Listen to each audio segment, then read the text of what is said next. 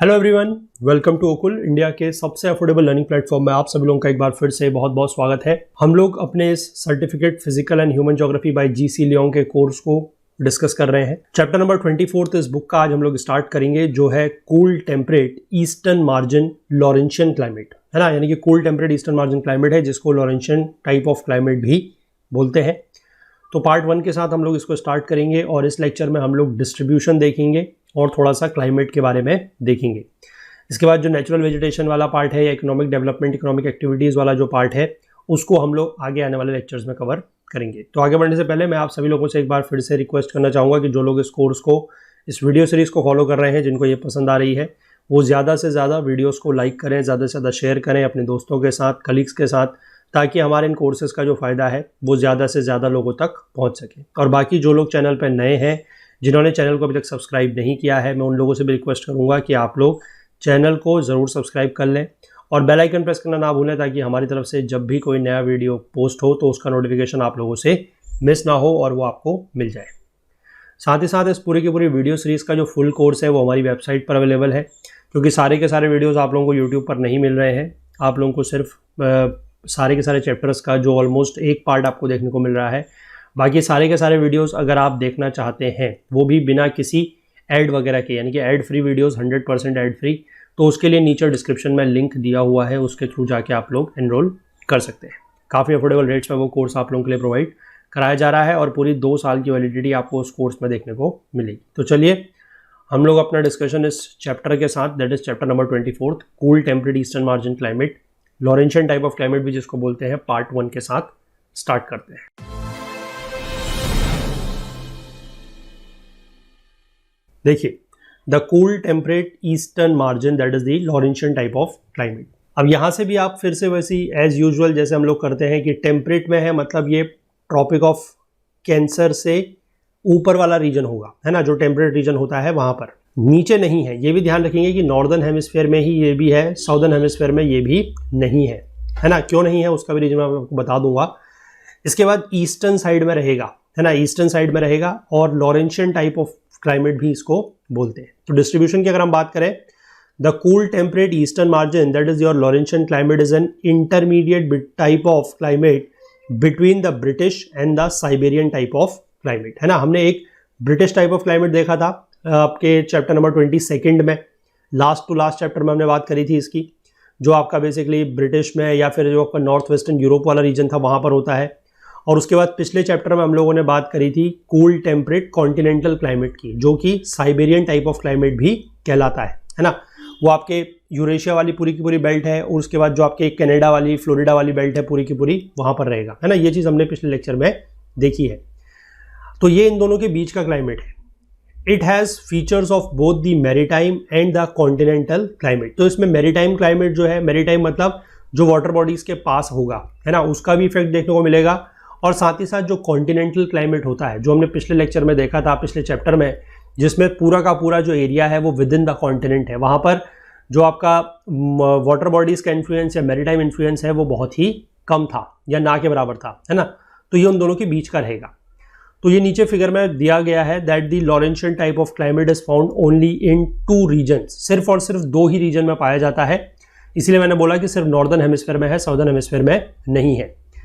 एक तो आपका हो जाएगा नॉर्थ ईस्ट नॉर्थ अमेरिका, यानी कि अगर आप नॉर्थ अमेरिका का जो कॉन्टिनेंट है उसमें देखेंगे तो उसके उत्तर पूर्व में, नॉर्थ ईस्टर्न में, है ना, और साथ ही साथ नॉर्थ ईस्ट यूएसए में। तो नॉर्दर्न अमेरिका का जो ये नॉर्थ ईस्टर्न पोर्शन है, वहां पर आपका कनाडा का कुछ ईस्टर्न पोर्शन आ जाएगा।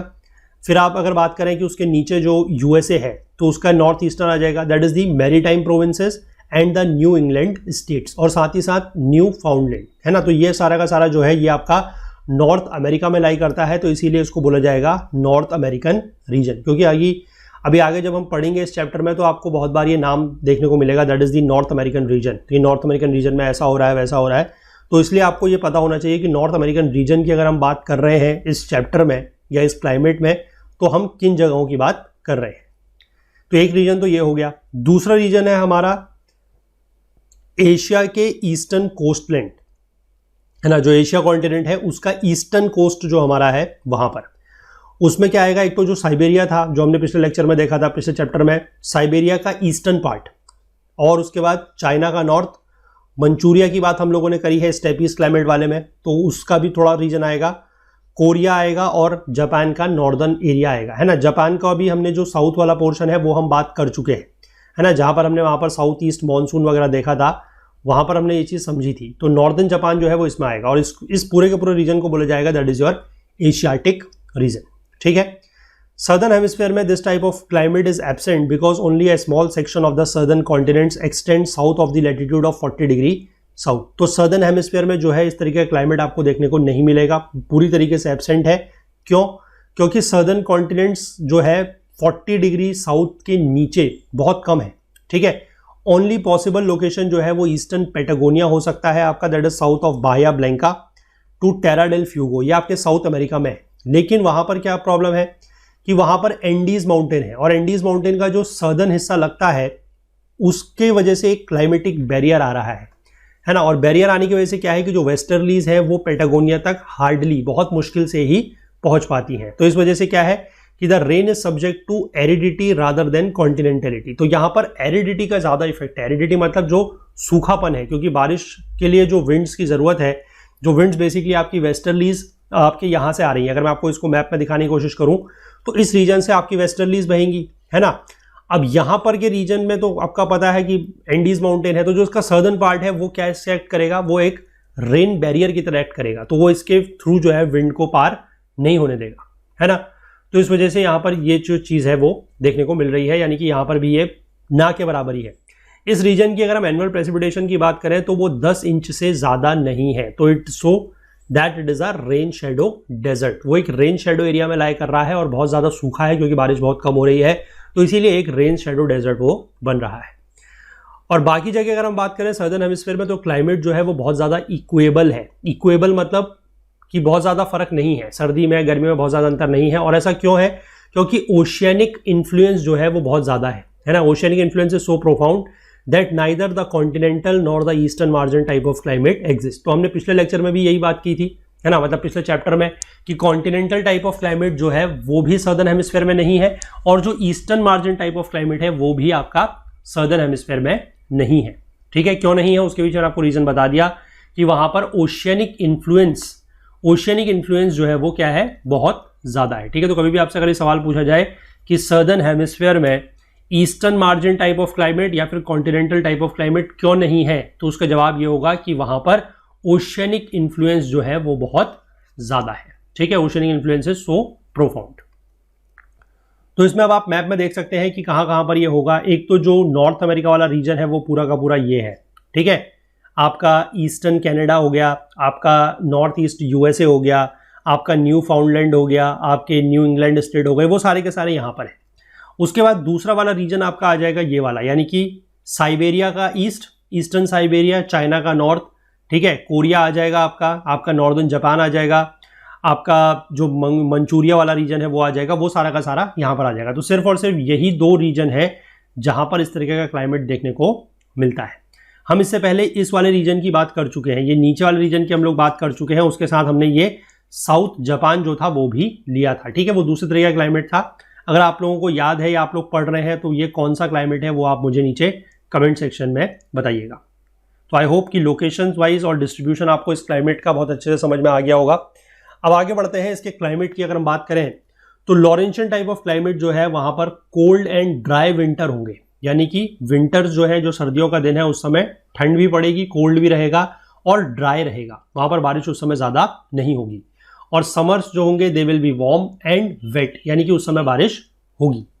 विंटर टेम्परेचर जो है मे बी वेल बिलो, ये वर्ड जो है दैट विल बी बिलो, ठीक है, इसको बिलो कर लेंगे, दैट इज BELOW, यानी कि winter temperatures may be well below freezing point, यानी कि सर्दियों में जो टेम्परेचर है वो फ्रीजिंग पॉइंट से भी काफी नीचे होता है, और इसीलिए स्नो जो है, snowfall to a quite a depth, यानी कि स्नोफॉल जो है वो काफी ज्यादा होता है और बहुत ज्यादा मात्रा में होता है। Summers are as warm as the tropics, और समर जो है यहाँ पर ट्रॉपिक्स के बराबर लगभग गर्म होते हैं, 70 to 80 डिग्री फ़ारेनहाइट तक टेम्परेचर पहुंचता है। And if it were not the cooling effect of the offshore cold currents from the Arctic, the summer might be even hotter. तो थोड़ा बहुत क्या होता है कि जो ऊपर वाला रीजन है ना, जो यहाँ से ऊपर वाला रीजन है, यहाँ से कुछ आर्कटिक के रीजन में, मतलब ये आर्कटिक जो सर्किल है यहाँ से इसके ऊपर वाले रीजन से कुछ कोल्ड विंड्स आती हैं, है ना। उस कोल्ड विंड्स की वजह से थोड़ा बहुत टेम्परेचर कम है। अगर मान लीजिए ये कोल्ड विंड भी नहीं आती, है ना, दिस इज योर आर्कटिक, अगर कोल्ड विंड नहीं आती तो फिर क्या होता कि और ज़्यादा गर्म यहाँ पर देखने को मिल सकता था। Though rain falls throughout the year there is a distinct summer maximum. हालांकि अभी हम देखेंगे कि बारिश जो है वो हो रही है साल भर, मतलब ये हम ओवरऑल बात कर रहे हैं, ठीक है। अभी हम ये जो मेरी नॉर्थ अमेरिका वाला रीजन है और जो ये एशिया वाला रीजन है उसकी अलग अलग बात करेंगे, लेकिन इन जनरल अगर हम बात करें तो बारिश लगभग साल भर हो रही है और समर में ज़्यादा है, तो समर में मैक्सिमम है। From the easterly winds from the oceans, है ना, ओशियन से जो ईस्टर्ली विंड्स आएंगी। अब यहाँ पर ईस्टर्ली कैसे बहेंगी, क्योंकि देखिए गर्मियों के दिनों में क्या होगा कि ये जो लैंड का पोर्शन है वो ज़्यादा गर्म हो जाएगा, है ना, ये लैंड का पोर्शन गर्म हो जाएगा और वाटर कंपेरेटिवली कम गर्म होगा। तो यहाँ से कुछ इस तरीके की लोकल विंड्स बहनी शुरू हो जाएंगी, है ना, तो वहाँ पर थोड़ा बहुत बारिश होगी। सिमिलरली यहाँ पर भी वही होगा, ये लैंड का पोर्शन है तो गर्मियों में ज़्यादा गर्म हो जाएगा compare to this water body, एक थोड़ा ठंडी होगी तो फिर यहाँ से विंड ऐसे ब्लो करनी शुरू करेगी। तो इस वजह से ये कुछ ईस्टर्ली विंड्स यहाँ पर गर्मियों में देखने को मिलेंगी। इसके बाद अगर हम एनुअल प्रेसिपिटेशन की बात करते हैं तो वो 30 से 60 इंच है ओवरऑल, ठीक है, जिसमें से 2/3 आपको गर्मियों में ही देखने को मिलेगा। तो समर में इसीलिए मैक्सिमम बोला गया है कि गर्मियों में ज़्यादा बारिश हो रही है। विंटर कंपैरेटिवली ड्राई यहाँ पर रहेगा और ठंडा रहेगा, क्योंकि winds are dry westerlies that blow out of the continental interiors. अब देखिए वेस्टर्ली जो है वो आपकी इस डायरेक्शन में बहेंगी, ठीक है, लेकिन वेस्टर्लीज यहाँ तक पहुँचते पहुँचते तो पहले ये कॉन्टिनेंट को पार करेंगी और कॉन्टिनेंट से अगर वो पार करेंगी तो वो तब तक क्या हो चुकी होंगी, ड्राई हो चुकी होंगी, है ना। एक तो ये रीजन है। और अगर इस वाले रीजन की आप बात करें एशियाटिक रीजन की, तो यहाँ पर तो वैसे भी आप समझ रहे हैं कि वेस्टर्न साइड में दूर दूर तक कोई वाटर बॉडी है नहीं। अगर यहाँ से आप सपोज करते हैं कि वेस्टर्ली बहती है तो यहाँ तक पहुँचते पहुँचते तो वो काफ़ी ज़्यादा ड्राई हो चुकी होंगी, है ना। तो इसलिए यहाँ पर भी जो है विंटर में बारिश नहीं होगी। आई होप क्लियर है। अब इसके बाद हम क्या करेंगे, we will now closely examine details of variations of the Laurentian type of climate between the North American region and the Asiatic region. तो ये तो मैंने आपको जो बातें बताई ये इन जनरल थी। अब हम ये नॉर्थ अमेरिका रीजन और एशियाटिक रीजन को अलग अलग देखेंगे। तो सबसे पहले अगर हम नॉर्थ अमेरिका रीजन की बात करते हैं तो वहां पर क्या लिखा है, the most remarkable characteristic of the Laurentian climate of the North American reason is uniformity in precipitation. मतलब कि ये एक इसका बहुत ही यूनिक फीचर है या यूनिक कैरेक्टरिस्टिक है कि यहाँ पर बारिश जो है वो लगभग यूनिफॉर्म है।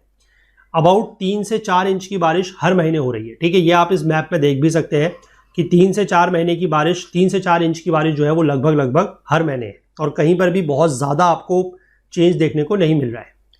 थोड़ा सा लेट समर के टाइम पर मैक्सिमम देखने को मिलेगा, लेकिन एज सच हम इसको यूनिफॉर्म ही मान के चल सकते हैं। न्यूयॉर्क की अगर हम बात करें, जो यहाँ पर इन्होंने डेटा दिया है, दिस इज फॉर न्यूयॉर्क, इसका एनुअल प्रेसिपिटेशन है लगभग 41 इंच के आसपास और इसका जो वेटेस्ट मंथ है वो है जुलाई एंड अगस्त, ठीक है। सबसे ज़्यादा बारिश आप यहाँ पर देख सकते हैं, this is your July, this is your August. लगभग 4.2 इंच के आसपास बारिश इन दोनों महीनों में हो रही है और बाकी ओवरऑल इसमें लगभग 41 इंच के आसपास बारिश होती है पूरे साल में मिला के। No month is really dry. कोई भी महीना ऐसा नहीं है जब बहुत ज़्यादा सूखा है, मतलब वाकई में कोई भी सूखा महीना नहीं है, क्योंकि हर महीने थोड़ा बहुत बारिश तो हो रही है। जो ड्राइएस्ट मंथ है, ड्राइएस्ट मतलब कंपेरेटिवली अगर हम बात करें जिस महीने में सबसे ज़्यादा सूखा पड़ रहा है या आप कह सकते हैं कि सबसे कम बारिश हो रही है, वो कौन सा दिख रहा है आपको, क्लियरली यहाँ पर दिख रहा है, दिस इज नवंबर, है ना। इसमें 2.5 इंच की रेन तो इसमें भी हो रही है। तो अब आप खुद बताइए कि जब सबसे ज़्यादा बारिश हो रही है तो वो 4.2 इंच है, जो सबसे कम बारिश हो रही है वो भी 2.5 है। तो क्या हम ये कहेंगे कि 4.2 में बहुत ज़्यादा बारिश हो गई या 2.5 में बहुत कम बारिश हो गई? ऐसा नहीं है, है ना, क्योंकि मैक्सिमम और मिनिमम में बहुत ज़्यादा डिफरेंस नहीं है। अब ये यूनिफॉर्मिटी ऑफ प्रेसिपिटेशन क्यों है ये हम समझेंगे। Is largely due to the Atlantic influence and that of the Great Lakes, है ना। एक तो इसके साइड में अटलांटिक ओशन है और ऊपर आपको पता है कि ग्रेट लेक्स भी अमेरिका में है ना। जो 5 लेक्स है they are known as the Great Lakes. और इसके बाद वार्म गल्फ स्ट्रीम आती है, it increases the moisture content of the easterly winds from the open Atlantic. और साथ ही साथ जो प्रिवेलिंग वेस्टर्लीज हैं which penetrate across the Rockies carry depressions over the Great Lakes to the New England states, है ना। वो जो रॉकीज की तरफ से मैंने आपको दिखाया कि वेस्टर्लीज आ रही हैं, वो यहां पर क्या करती हैं, कुछ डिप्रेशंस अपने साथ कैरी करती हैं। डिप्रेशंस मतलब लो प्रेशर के areas. These winds thus promote wet conditions, especially in winter, which are vital for the agricultural activities of the North America. तो ये विंड जो है क्या करती हैं, वेट कंडीशंस लाती हैं, है ना, थोड़ा बहुत, क्योंकि देखिए डिप्रेशन से भी बारिश होगी। उसके बाद जो यहाँ पर मैंने आपको विंटर के समय पे बता रहा हूँ कि ईस्टर्ली विंड्स हैं, तो ये ईस्टर्ली विंड्स क्या कर रही हैं, जो ये मतलब जो गल्फ स्ट्रीम आ रहा है वो ईस्टर्ली विंड्स को थोड़ा सा क्या कर रहा है, उसके मॉइस्चर कंटेंट को बढ़ा रहा है ना। और साथ ही साथ जो ये प्रिवेलिंग वेस्टर्लीज आ रही हैं वो रॉकीज माउंटेन को पेनिट्रेट करेंगी थोड़ा बहुत, मतलब ऊपर जाएंगी, फिर उसके नीचे आएंगी, फिर साथ ही साथ डिप्रेशन कैरी कर रही हैं, और वहां से वो ग्रेट लेक्स के ऊपर जाएंगी, थोड़ा बहुत मॉइस्चर कैरी करेंगी, तो उससे क्या होगा, थोड़ा बहुत यहाँ पर बारिश हो सकती है। तो इसलिए वेट कंडीशन जो है वो विंटर में बन रहा है, जो कि एग्रीकल्चरल एक्टिविटीज के लिए बहुत ज्यादा बढ़िया है। इसके बाद यहाँ पर दो करंट जो है वो मिलेंगे, एक तो वार्म करंट आएगा नीचे की तरफ से, दैट इज गल्फ स्ट्रीम, और दूसरा ऊपर की तरफ से कोल्ड लैब्राडोर करंट आएगा on the coastal waters of new फाउंडलैंड, produces dense mist and fog and give rise too much precipitation. ये एक बहुत इंपॉर्टेंट कंसेप्ट है जो आपको यहाँ से सीखने को मिलेगा। हालांकि हम लोगों ने इसको अपने एनसीईआरटी वगैरह में बात पहले करी है, जहां पर ओशनिक करंट्स की बात हमने करी है, वहां पर भी करी है कि जहां पर भी हॉट करंट या वार्म करंट और कोल्ड करंट अगर मिल रहे होंगे तो वहां पर आपको हमेशा ये मिस्ट और फॉग देखने को मिलेगा, पहली चीज। और दूसरी चीज, ऐसी जगह जो है, ऐसे places, they are very good fishing grounds, है ना। यहां पर फिशेस वगैरह जो है वो बहुत ज्यादा मात्रा में पाई जाएंगी। अभी हम आगे जाके देखेंगे कि ये जो एरिया है ये one of the most developed fishing area है, और यहाँ की जो लोगों की एक्टिविटी है, जो इकोनॉमिक एक्टिविटी है, वो भी काफी हद तक फिशिंग के ऊपर ही निर्भर है। तो ये चीज को आपको ध्यान रखना है ना। करंट के बारे में आप लोगों को पता है कि अगर हम यहाँ की बात करें, अगर मैं इस चीज को रब करूं यहाँ से, और यहाँ पर अगर मैं आपको दिखाऊं तो आपको पता है कि ऐसे करके गल्फ करंट जाती है ना, this is your gulf current या गल्फ स्ट्रीम, और ऊपर की तरफ से आपकी क्या आती है, लैब्राडोर करंट। चलिए इसको दूसरे कलर से अगर बनाने की कोशिश करूं सो दैट कि आपको अंतर पता लग जाएगा, है ना। ये न्यू फाउंडलैंड है, इसके यहां से आप देखेंगे तो गल्फ आ रहा है और यहां ऊपर की तरफ से लैब्राडोर आ रहा है। Labrador is a cold current, क्योंकि ऊपर की तरफ से आ रहा है, पोल्स की तरफ से। गल्फ जो है वो इक्वेटर की तरफ से जा रहा है, तो वो वार्म करंट होगा। तो जहां पर ये दोनों मिलेंगे वहां पर क्या होगा, बहुत बढ़िया फॉग वगैरह होगा, फिशिंग ग्राउंड वगैरह यहां पर देखने को मिलेगा। तो आई होप ये कंसेप्ट भी आप लोग यहां से सीख गए होंगे। वैसे मैंने पहले डिस्कस किया हुआ है, जो लोग मेरे साथ ज्योग्राफी को काफी पहले से एनसीईआरटी के साथ से पढ़ रहे हैं तो उनको चीजें पता होंगी। अगर किसी को नहीं पता है तो बहुत अच्छी बात है, आप यहां पर वो चीज सीख गए, ठीक है। अब सेंट जोन्स इस capital has as much as 54 inch of annual precipitation, और ऐसा कहा जाता है कि Newfoundland experiences more drizzles than any other part of the world. Drizzle मतलब जो हल्की हल्की बारिश होती है, बूंदाबांदी। तो यानी कि ये कहा जाता है कि न्यू फाउंडलैंड में पूरे वर्ल्ड के कंपैरिजन में अगर हम बात करें तो सबसे ज्यादा ड्रिजल्स जो होती हैं वो यहीं पर होती है। बहुत ज्यादा हैवी रेनफॉल की बात मैं नहीं कर रहा हूं, देयर इज ओनली ड्रिजल। अब इसके बाद क्या है कि समर के टाइम पर जो वेस्टर्लीज है they bring less depressions and extend their continental influence to the coast. Summer के टाइम पर क्या होगा कि वेस्टर्लीज जो है वो ज्यादा डिप्रेशन कैरी नहीं करेंगे, और जो कॉन्टिनेंटल इन्फ्लुएंस है वो कोस्ट तक भी देखने को मिलेगा, क्योंकि मैंने बताया कि वेस्टर्लीज की वजह से यहाँ पर बारिश होगी नहीं, क्योंकि वेस्टर्लीज बन जाएंगी आपके ईस्टर्न मार्जिन तक पहुंचते पहुंचते काफी ज्यादा ड्राई। टेम्परेचर जो है वो नॉर्मली समर में हाई रहेंगे। न्यूयॉर्क का जो मीन जुलाई का टेम्परेचर है वो लगभग 74 डिग्री फ़ारेनहाइट है, और कभी कभी वो 90 डिग्री फ़ारेनहाइट तक भी चला जाता है। एक बार की बात है, 7 अगस्त 1918 यानी कि आज से 100-103 साल के पहले एब्सोल्यूट मैक्सिमम जो था वो लगभग 104 डिग्री फ़ारेनहाइट तक पहुंच गया था, जो कि बहुत ज़्यादा है। और ऐसा high temperature in a cool temperate maritime region where the relative humidity is high can be very trying. यानी कि यहाँ पर एक तो क्या है, रिलेटिव ह्यूमिडिटी बहुत हाई है। क्यों? क्योंकि ये कॉन्टिनेंटल एरिया तो है नहीं, कोस्ट के पास है ना, तो ह्यूमिडिटी अपने आप हाई होगी, और साथ में टेम्परेचर भी इतना ज्यादा। तो इस तरीके का जो क्लाइमेट है वो काफी ज्यादा ट्राइंग हो गया। ट्राइंग मतलब वही डिफिकल्ट टू डील, जिसको झेलना बहुत ज्यादा मुश्किल हो रहा था। अब इसके बाद prolong heat waves cause discomfort and frustration in crowded cities, क्योंकि हीट वेव्स वगैरह चलेंगी जब इतनी ज्यादा गर्मी होगी तो उससे लोगों को डिस्कम्फर्ट हो रहा था और फ्रस्ट्रेशन भी हो रहा था। विंटर की अगर हम बात करते हैं तो temperature drops and snow falls. Winter में क्या होगा, टेम्परेचर कम हो जाएगा और बर्फ गिरेगी। न्यूयॉर्क में 2 महीने ऐसे हैं जब बिलो फ्रीजिंग पॉइंट टेम्परेचर रहता है और इसकी जो एनुअल टेम्परेचर की रेंज है वो 43 डिग्री फ़ारेनहाइट तक है। ठीक है, 43 डिग्री फ़ारेनहाइट अपने आप में काफ़ी ज़्यादा होती है। और अगर हम मैरीटाइम इन्फ्लुएंस से दूर चलें तो क्या हो जाएगा, ठंड बढ़ती चली जाएगी, है ना। और गर्मी तो ऑब्वियस सी बात है, मैंने आपको दिखाया है, गर्मी तो काफ़ी ज़्यादा हो रही है। तो मीन जनवरी टेम्परेचर की अगर हम बात करें क्यूबेक की, ओटावा की, मॉन्ट्रियल की, तो वो लगभग 10, 12, 14 फ़ारेनहाइट इतना है। तो टेम्परेचर रेंज भी जो है उसी हिसाब से क्या हो जाएगी, वाइडन हो जाएगी, बड़ी हो जाएगी, क्योंकि सर्दियों में टेम्परेचर क्या हो गया, कम हो गया, है ना। गर्मियों में तो टेम्परेचर काफ़ी ज़्यादा है, तो इसलिए जो रेंज ऑफ टेम्परेचर है वो बहुत ज़्यादा बढ़ जाएगा। तो ये चीज़ हमने देखी about the north American reason की, नॉर्थ अमेरिकन रीजन में ये क्लाइमेट अपना किस तरीके से रोल प्ले कर रहा है। अब इसके बाद अगर हम एशियाटिक रीजन में बात कर लें तो यहां पर देखिए आपको ये मैप में भी साफ साफ देखने को मिल जाएगा कि rainfall distribution of the Asiatic region is far less uniform. यहां पर आप देखिए कि कभी तो बहुत ज्यादा बारिश हो रही है ना, और कभी आप देख लीजिए इन महीनों में बिल्कुल भी बारिश नहीं हो रही है या बहुत कम बारिश हो रही है। तो ये जो डिस्ट्रीब्यूशन है रेनफॉल का वो काफी ज्यादा क्या है, फार लेस यूनिफॉर्म, यानी कि काफी कम यूनिफॉर्म है, एक जैसा नहीं है। विंटर्स जो है दे आर कोल्ड और वेरी ड्राई, और बहुत ज्यादा ड्राई है, जबकि समर जो है they are very warm, summer में गर्मी बहुत ज़्यादा है और एक्सेप्शनली वेट है, काफ़ी ज़्यादा वेट वो हो रहे हैं क्योंकि बारिश बहुत ज़्यादा हो रही है। पैकिंग एक स्टेशन उन्होंने लिया है, typical station of the Laurentian climate in northern China will bring out these facts very clearly. अगर हम इन चीज़ों को, इस जगह का डेटा देखेंगे, स्टैटिस्टिक्स देखेंगे, तो हमें ये चीज़ें जो है और ज़्यादा डिटेल में पता लगेंगी। ये ऐसी जगह है जहाँ पर 7 महीने कैसे होते हैं, ड्राई होते हैं, सूखे होते हैं, अक्टूबर से लेकर अप्रैल तक, जिसमें कुल मिला के इन 7 महीनों में कुल बारिश जो है वो 2 इंच या 2.1 इंच से भी कम होती है, which is only 1/12 of the annual total of 25 inch. यानी कि साल भर में 25 इंच बारिश हो रही है और 7 महीने ऐसे हैं जिनमें कुल मिला के, टोटल मिला के 2.1 इंच ही रेनफॉल हो रहा है, तो बहुत कम है। जो बाकी रिमेनिंग 5 मंथ्स है उसमें ज़्यादा बारिश होगी, receive more than a inch a month, यानी कि हर महीना कोई ना कोई ऐसा होगा जिसमें मिनिमम 1 इंच तो बारिश होगी।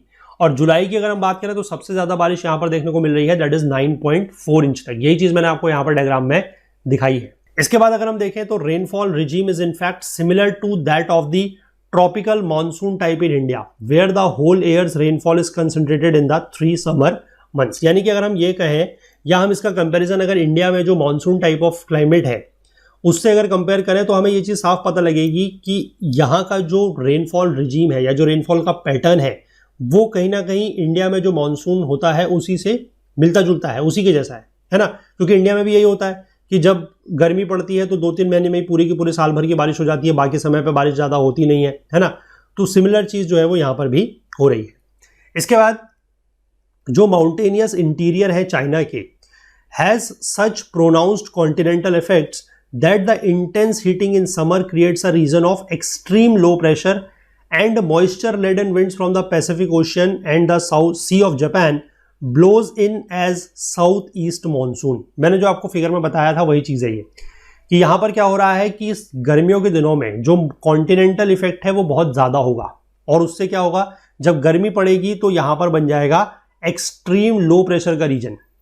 और कंपैरेटिवली अगर हम बात करें तो उसके साइड में वाटर बॉडीज हैं, एक तो पैसिफिक ओशन जो बड़ी है, या फिर जो छोटी है दूसरी वो है सी ऑफ जापान। तो यहां से क्या होगा, मॉइस्चर लेडन विंड्स, यानी कि विंड जो है वो मॉइस्चर कैरी करते हुए साउथ ईस्ट मानसून बन के यहां से अंदर जाएंगी, मतलब इस डायरेक्शन में ऐसे करके अंदर की तरफ को जाएंगी।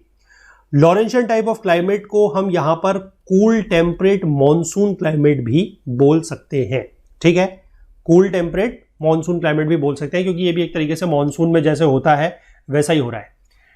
It has a very long and cold winter, यहाँ पर जो सर्दियाँ हैं वो काफ़ी लंबे समय तक चलती हैं और बहुत ठंडा भी होता है, और एनुअल रेंज ऑफ टेम्परेचर जो है वो भी बहुत ज़्यादा है। अगर हम मीन जुलाई की बात करें, पैकिंग की जो ये पैकिंग जगह दी गई थी उसका जुलाई का मीन टेम्परेचर है 79 डिग्री फ़ारेनहाइट और जनवरी का है सिर्फ 24 डिग्री फ़ारेनहाइट। तो टेम्परेचर रेंज कितनी हो गई, लगभग आपकी 55 डिग्री फ़ारेनहाइट के आसपास।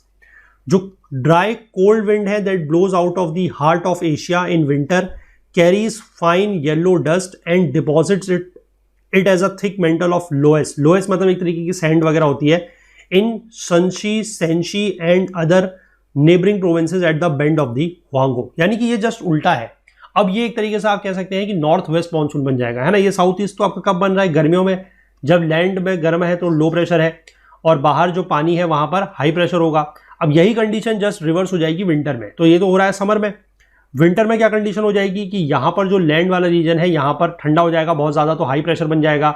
यहां पर वाटर बॉडी कंपैरेटिवली गर्म होंगी तो लो बनेगा, तो ये बाहर की तरफ को आने लगेगा, है ना। और ये बन जाएगा अब आपका नॉर्थ वेस्ट की तरह, नॉर्थ वेस्ट डायरेक्शन से आएगा। तो ये अपने साथ कुछ सैंड वगैरह कैरी करेगा और उसको जो हुआंगो रिवर का बेंड है, जहां पर हुआंगो रिवर मुड़ती है, वहां पर ये उसको क्या करेगा, वहां पर ये उसको डिपॉजिट करता चलेगा, जो सैंड वगैरह अपने साथ ये लेके आएगा वहां से वो। Much of the winter precipitation in northern China, Korea and Hokkaido Japan is in the form of snow. तो यहां पर जो विंटर में प्रेसिपिटेशन होता है, विंटर में बारिश नहीं है, जो विंटर में प्रेसिपिटेशन हो रहा है वो ज्यादातर आपके कहां पर, नॉर्दर्न चाइना, कोरिया या जापान के होकाइडो में, वो बर्फ के फॉर्म में हो रहा है, स्नो हो रहा है वहां पर, है ना। वहां पर ऐसा सर्दियों में बारिश नहीं हो रही है। माउंटेनियस डिस्ट्रिक्ट्स की अगर हम बात करें तो स्नो जो है वो काफी ज्यादा, लगभग 5 से 10 फीट तक बर्फ यहां पर गिरती है।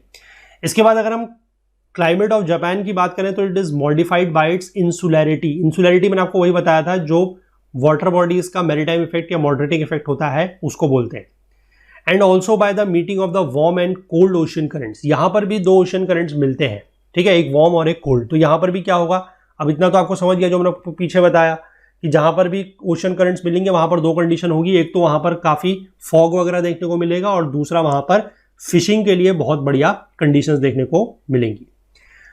अब इस रीजन में क्या है कि एडिक्वेट रेनफॉल है from both south east monsoon. South east monsoon से तो बारिश आएगी, है ना, लेकिन नॉर्थ वेस्ट मानसून जो होगा उससे भी बारिश आएगी। क्यों? वो इसलिए होगा क्योंकि जो नॉर्थ वेस्ट मानसून है, मैंने आपको हालांकि बताया कि नॉर्थ वेस्ट मानसून लैंड की तरफ से आ रहा है ना। तो वो कैसा होगा, अगर हम जनरली बात करें तो कोल्ड होगा, ड्राई होगा। वो मेनलैंड एशिया से विंड आ रही है तो वो ड्राई तो होंगी, है ना, और सर्दियों के दिनों में आ रही है तो कोल्ड भी होंगी। लेकिन एक वाटर बॉडी को जब वो वापस क्रॉस करेंगी, that is your sea of Japan, जब वो सी ऑफ जापान को क्रॉस करेंगी तो वो वहां से मॉइस्चर उठाएंगी और उसके बाद वहां पर बहुत ज्यादा क्या होगा, रिलीफ, हैवी रिलीफ रेनफॉल या स्नो होगा on the western coast of Japan. यानी कि मैं अगर आपको इसको ऐसे समझाऊं कि हो क्या रहा है, जैसे मान लीजिए ये आपका जापान है, ठीक है, मैं इसको एज सच पूरा क्लियर मतलब यहां पर ऐसे दिखाता हूं, बाकी आप लोग अपनी एटलस साथ में रखिए, एटलस को आप समझते रहिए उसमें से। और यहां पर मान लीजिए आपका ये कॉन्टिनेंट वाला रीजन है, ठीक है, ये आपका मान लीजिए नॉर्दर्न चाइना है और यहां पर आप मान लीजिए बीच में है आपका सी ऑफ जापान। तो यहां पर देखिए होगा क्या, और इधर आपका क्या है, this is your Pacific ocean. तो हो क्या रहा है, समझिए कि गर्मियों के दिनों में तो ये ऐसे जा रहा है, ठीक है, तो गर्मियों में भी बारिश हो रही है। अब सर्दियों के समय पे जब वापस ये आएगी यहां से विंड नॉर्थ वेस्ट बन के, तो ये तो वैसे पूरे अंदर से आ रही है ना, क्योंकि ये जो मैंने आपको चाइना दिखाया ये इतना नहीं होगा, ये पूरा बड़ा होगा, है ना। तो यहां से पूरी की पूरी विंड आ रही है तो ड्राई होगी, कोल्ड होगी, सर्दियों में आ रही है।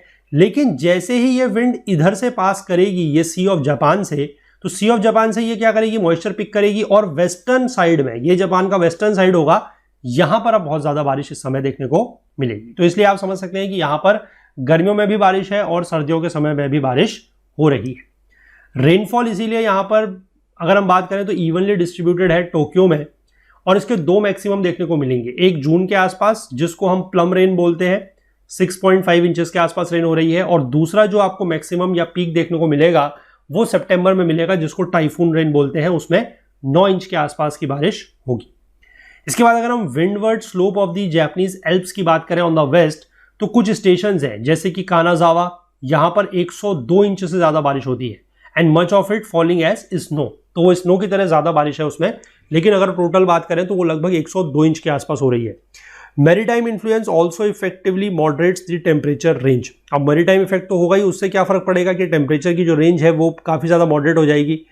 जापान की में जो टोक्यो है उसकी अगर हम बात करें तो रेंज सिर्फ 40 डिग्री फ़ारेनहाइट के आसपास है, यानी कि अगस्त के महीने में टेम्परेचर 79 डिग्री फ़ारेनहाइट है और सबसे कम जनवरी में लगभग 39 डिग्री फ़ारेनहाइट के आसपास है। तो रेंज आपकी बन गई 40 डिग्री फ़ारेनहाइट, और ये दोनों ही समय पे बिलो फ्रीजिंग पॉइंट टेम्परेचर देखने को नहीं मिल रहा है ना, क्योंकि 39 भी जो है वो 32 से ज़्यादा है, क्योंकि 32 is the freezing point in Fahrenheit scale, तो उससे ज़्यादा है, तो फ्रीजिंग पॉइंट से नीचे नहीं है। अब इसके बाद ये जो वार्म कुरेशियो करंट आएगा, that has also played an important part in making the climate of Japan less extreme, है ना। तो ये वार्म करंट आ रहा है तो इसलिए यहाँ पर का जो क्लाइमेट है वो बहुत ज़्यादा एक्सट्रीम नहीं है। इसके बाद ये कोल्ड ओयाशियो से मिलेगा, मतलब जैसे अगर मैं आपको यहाँ पर फिर से अगर इसी में समझाऊं कि ये अगर जापान है तो नीचे की तरफ से जो जा रहा होगा that is your warm Kuroshio current, ठीक है, या कुरेशियो करंट या कुरासियो करंट बोलते हैं इसको, और ऊपर की तरफ से जो आ रहा होगा दैट इज कोल्ड, इसको मैं फिर से अलग कलर से बनाऊंगा, that is your cold current है ये, दैट इज योर ओयाशियो, ठीक है। ओयाशियो करंट कोल्ड है, ये आपका कुरेशियो करंट जो है this is your warm current. तो ये दोनों जहां पर मिलेंगे फिर क्या बनेगा, वहां पर ये जापान कोस्ट के पास ही मिलते हैं और यहां पर फिर से क्या हो जाएगा, फॉग वगैरह देखने को आपको मिलेगा, ठीक है, जिससे फॉग एंड मिस्ट बनेगा। और इसी को हम जो है नॉर्दर्न जापान को हम सेकंड न्यू फाउंडलैंड भी बोलते हैं। मैंने फिर से बताया आपको कि न्यू फाउंडलैंड जो था हमने नॉर्थ अमेरिकन रीजन में बात करी, वहां पर भी यही होता है। जब हमारी गल्फ स्ट्रीम जो वार्म करंट है और जो ऊपर की तरफ से लेब्राडोर करंट आ रहा है that is your cold current, वो आपस में मिलेंगे तो वहां पर बहुत बढ़िया फॉग वगैरह होगा और वहां पर फिशिंग ग्राउंड भी देखने को मिलेगा। तो सिमिलरली ये जो नॉर्दर्न जापान वाला रीजन है इसको हम सेकंड न्यू फाउंडलैंड इसीलिए बोलते हैं क्योंकि यहां पर भी सिमिलर कंडीशंस बन रही हैं, बस करंट चेंज हो गए हैं, बस करंट का नाम चेंज हो गया है लेकिन नेचर सेम है। नीचे की तरफ से गर्म करंट जा रहा है, वार्म करंट जा रहा है, दैट इज योर कुराशियो करंट, ऊपर की तरफ से कोल्ड करंट आ रहा है, that is your Oyashio current, और दोनों मिलकर वहां पर क्या कर रहे हैं, फिशिंग ग्राउंड बना रहे हैं और फॉग वगैरह हो रहा है। इसीलिए fishing replaces agriculture as the main occupation in many of the indented coastland. Indented coastland मतलब जो स्मूथ नहीं होती, जो स्मूथ कोस्टलैंड नहीं होती उसको इंटेंडेड बोलते हैं। तो वहां पर जो हो रहा है क्या, फिशिंग ने एग्रीकल्चर को रिप्लेस करा है एज द मेन ऑक्यूपेशन। तो आई होप यहां पर आपको समझ में आ गया होगा। और जापान में वैसे भी फिशिंग वगैरह ज़्यादा क्यों है या एग्रीकल्चर वगैरह कम क्यों है, इसको हम लोग अपने आगे वाले पार्ट में देखेंगे, ठीक है। जब हम इकोनॉमिक डेवलपमेंट की बात करेंगे तो वहां पर समझेंगे कि ऐसा क्यों है। तो इस लेक्चर को हम लोग जो है इतना ही रखते हैं। आई होप आपको ये चीज़ें समझ में आई होंगी। मैं बार बार आपको चीज़ें जो है वो बताते रहता हूं और हर लेक्चर में या हर चैप्टर में मैं आपको बता रहा हूं कि अगर आप लोग नोट्स वगैरह बना रहे हैं तो आपको किस तरीके से वो नोट्स बनाने हैं, ठीक है। आपको सारे के सारे ये जो जगह के नाम दिए हुए हैं या कितनी बारिश कहाँ पर हो रही है, मैक्सिमम मिनिमम कितना है, ये नहीं नोट डाउन करना है। मैंने आपको हर बार बताया है आपको सिर्फ और सिर्फ क्या चीज़ें नोट डाउन करनी है, एक तो जनरल पैटर्न नोट डाउन करना है कि कब बारिश ज़्यादा हो रही है, कब बारिश कम हो रही है, और उससे ज़्यादा आपको अपने कंसेप्ट फोकस करना है कि कम बारिश हो रही है तो क्यों हो रही है, विंटर में बारिश हो रही है तो क्यों हो रही है, जापान में विंटर में भी समर में भी बारिश है तो क्यों है ना। वो चीज़ों को आपको ज़्यादा फोकस करना है क्योंकि मैं हमेशा से ये बोलते आया हूँ कि ज्योग्राफी एक ऐसा सब्जेक्ट है जो आपको याद नहीं करना है, रटना नहीं है ना। रटने का काम इस सब्जेक्ट में अराउंड आप कहिए कि 30-40% है तो 60% कंसेप्ट है। अगर आप कंसेप्ट समझ गए तो आप अपनी लैंग्वेज में उस चीज़ों को एक्सप्रेस कर सकते हैं। तो आई होप ये चीज़ें क्लियर है। तो इसके जो आगे का पार्ट रहेगा जिसमें नेचुरल वेजिटेशन की बात करेंगे और इकोनॉमिक डेवलपमेंट की बात करेंगे, उस चीज़ को हम लोग अगले लेक्चर में आगे कंटिन्यू करेंगे। तो कंटेंट रिलेटेड अगर आपको कोई भी डाउट है तो आप हमारा टेलीग्राम का group Okul GS UPSC discussion forum इसको ज्वाइन कर सकते हैं। लिंक आपको नीचे डिस्क्रिप्शन में मिल जाएगा या फिर आप इसको टेलीग्राम में सर्च करके भी ज्वाइन कर सकते हैं। फुल कोर्स में अगर आप एनरोल करना चाहते हैं तो उसका लिंक भी नीचे डिस्क्रिप्शन में है, उसके थ्रू जाके आप लोग फुल कोर्स में एनरोल कर सकते हैं।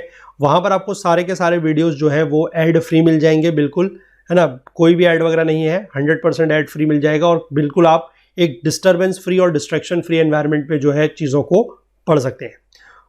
अगर आपको फुल कोर्स में एनरोल करने में या एक्सेस करने में कोई भी अगर प्रॉब्लम आ रही है तो आप हमसे हमारी ओकुल हेल्प डेस्क की ईमेल आईडी support@okul.co पर संपर्क कर सकते हैं या फिर आप अपनी बात हम तक social media platforms Facebook, Instagram, LinkedIn, Twitter, आप चाहे कोई भी सजेशन देना चाहें, कोई भी फीडबैक देना चाहें तो इन प्लेटफॉर्म्स के थ्रू भी आप अपनी बात हम तक पहुंचा सकते हैं। तो चलिए मिलेंगे अगले लेक्चर में, तब तक के लिए अपना बहुत बहुत ध्यान रखिएगा। Please do take care of your self. Thank you, have a nice day, bye bye.